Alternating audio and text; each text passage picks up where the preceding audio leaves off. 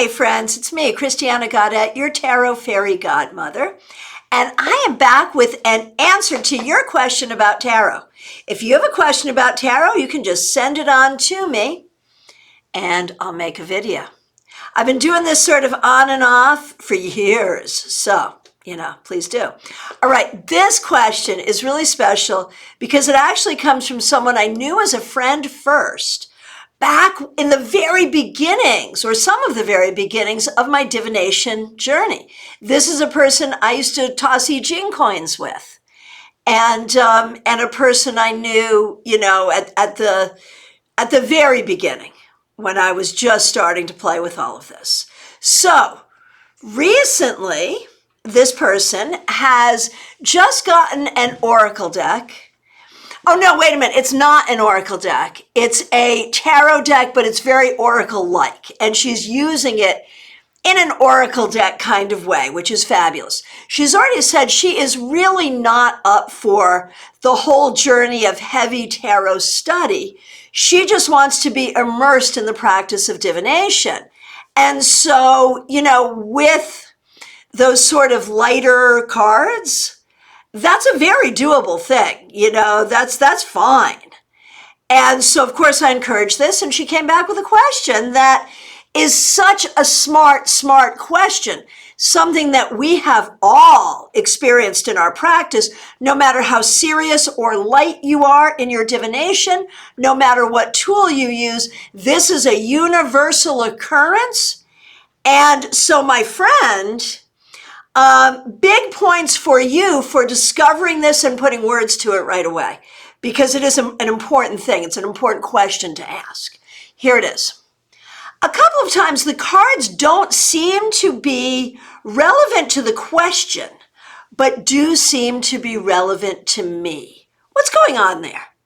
Right? We have all had this experience. What do you do with it? Well, you can do a few things. First of all, recognize common experience. What is probably true is this. Well, what is definitely true is this. A card can mean more than one thing in any position, in any reading, in answer to any question at any time. So, when you're doing a reading under any set of circumstances, any card can have more than one meaning.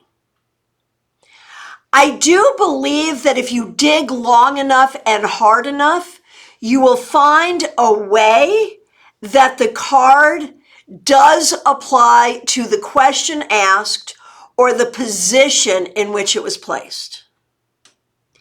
If you do not feel up to, for whatever reason, if you do not feel up to doing that dig, you don't have to. It is also equally true that when we ask a question or we do a position spread where really each position asks a question, the cards can come in with a need to come away from that question, to come out of that position and speak to us in a different way, which is exactly what my friend was saying when she says they do seem relevant to me. Exactly, yes. So, if you want to do the work and find the way it works in the position or in answer to the question, or even write it down in a journal and revisit it later, because later you might get a sense of it. If you want to do that. But one way or the other, to allow the card to come away from the question, to come out of the position, and to let it speak to you in whatever way it's going to. This is a high-level divination skill. To recognize that more than one thing may be true about this card in a particular reading. To recognize that some things may feel more obvious than others. To have permission, and I'm giving you this permission now, that if you don't want to get every meaning, you don't have to. And if that means your question didn't get answered in this round of divination, okay. Oh, well, ask the question again, pull some more cards. That's okay. Do it any way you want. Dig in or don't dig in. It doesn't matter. That's up to you. I mean, it matters, but it only matters in the context of doing what feels right for you. And if for you, divination is about the flow and not the study, then just take the message you get from it that applies to you, shuffle, and ask the question again.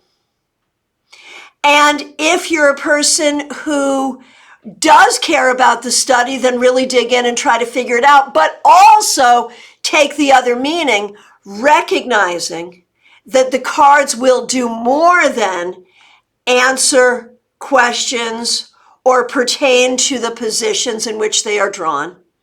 And sometimes when you do a reading, the answer is like so obvious, it's just delicious, right? That's why we all do this. We love that delicious feeling. And sometimes it's not. But if we let it come out of the question, come out of the position, and speak to us as it will, we will always have that experience of delicious divination. So thank you for that question. I hope you found that helpful. And honestly, everybody, that's something we've all experienced, right? So there you go. And if you have a question, definitely reach out.